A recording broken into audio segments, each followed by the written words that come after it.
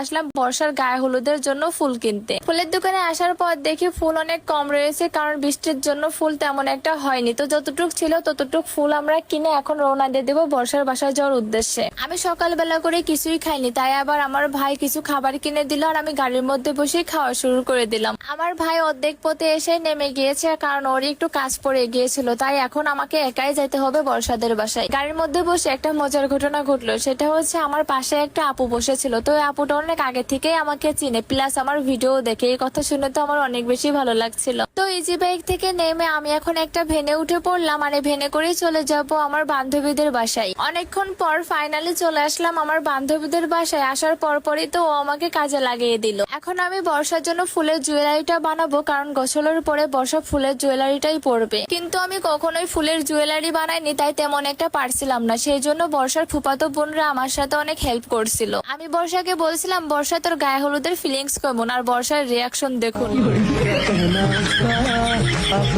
এই যে ধরুন বর্ষার বিয়ের মিষ্টি, সবাই বেশি বেশি করে মিষ্টি খাওয়ার বর্ষার জন্য দোয়া করে দাও। ফুলের জুয়েলারি বানানো শেষ করে এখন আমি আর বর্ষা চলে যাচ্ছি বর্ষার ব্লাউজ ঠিক করতে। এখন বর্ষা বলছিল অন্যদের বিয়েতে জ্বলে লাইট, আর আমার ক্ষেত্রে পাটকেল।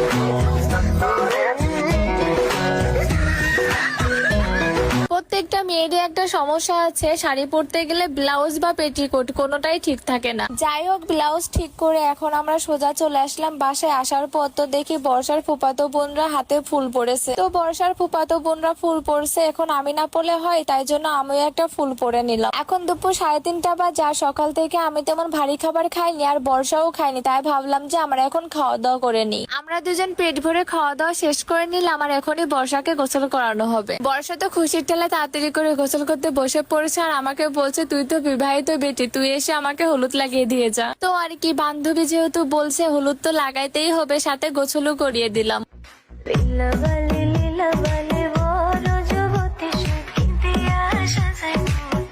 একবার যেহেতু বান্ধবীকে গোসল করানোর সুযোগ পেয়েছি, ছেড়ে দিলে কি হবে, তাই জন্য ঘষে মেজে গোসল করিয়ে দিলাম।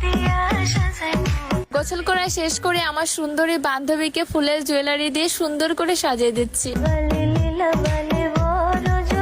মাশাআল্লাহ, এখন আমার বান্ধবী আর আমার দুলাভাইকে অনেক বেশি সুন্দর লাগছিল। সবাই বর্ষা আর আমার দুলাভাইকে মাশাআল্লাহ বলো। এখন গ্রামের নীতি অনুযায়ী বর্ষাকে বরণ করা হচ্ছিল।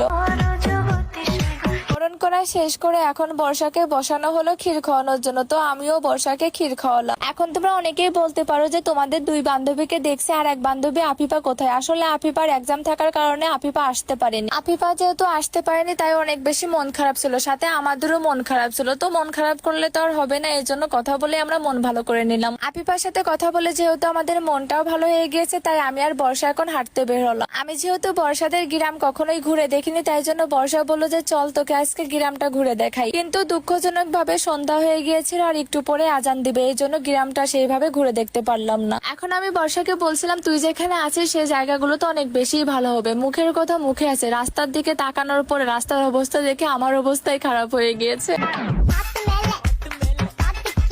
যাই হোক, তারপর আমি আর বর্ষা মিলে বাসায় চলে আসলাম। আসার পরপরই তো দেখি অনেক জোরে জোরে বৃষ্টি নামা শুরু হয়ে গিয়েছে। বৃষ্টি যেহেতু হচ্ছে, বাসাতে তো আর যেতে পারবো না, তাই জন্য ভাবলাম রাতে বর্ষাদের বাসাতেই থাকবো। যেহেতু আজকে আমি বর্ষাদের বাসায় থাকবো, তাই জন্য বর্ষাকে বললাম চল তো জুয়েলারি গুলো সব গুছিয়ে দিই। ওর কসমেটিক গুছাতে যেয়ে দেখি তো চুরির মেলা বয়ে গিয়েছে, আর এদিকে তো বর্ষাকে চুরি পাগলি লাগতেছে। চুড়িগুলো গুছানো শেষ করে আমি আর বর্ষা রাতের খাবার খেতে বসে পড়লাম। আর এখন ভাবছিলাম যে এমন একটা রাত যে আবার কবে পাবো তার কোনো ঠিক নাই। এখন আমরা আফিফাকে অনেক বেশি মিস করছিলাম। আফিফা যদি থাকতো তাহলে আরো বেশি মজা হতো। রাত যেহেতু 11:30 বাজে, তাই ভাবছিলাম যে এখন আমরা ঘুমিয়ে পড়বো, কিন্তু বর্ষা যে হারে টিকটক দেখা শুরু করেছে আমার আর ঘুম হলো না। মেসেজ করবে না ইনবক্সে, মেসেজ করবেন না।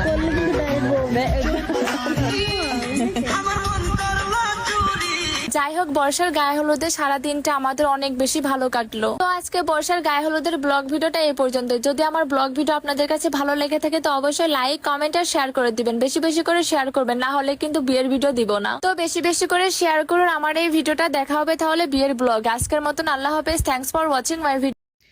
আসসালামু আলাইকুম। পুরো ভিডিও জুড়ে সাথে আছি আমি।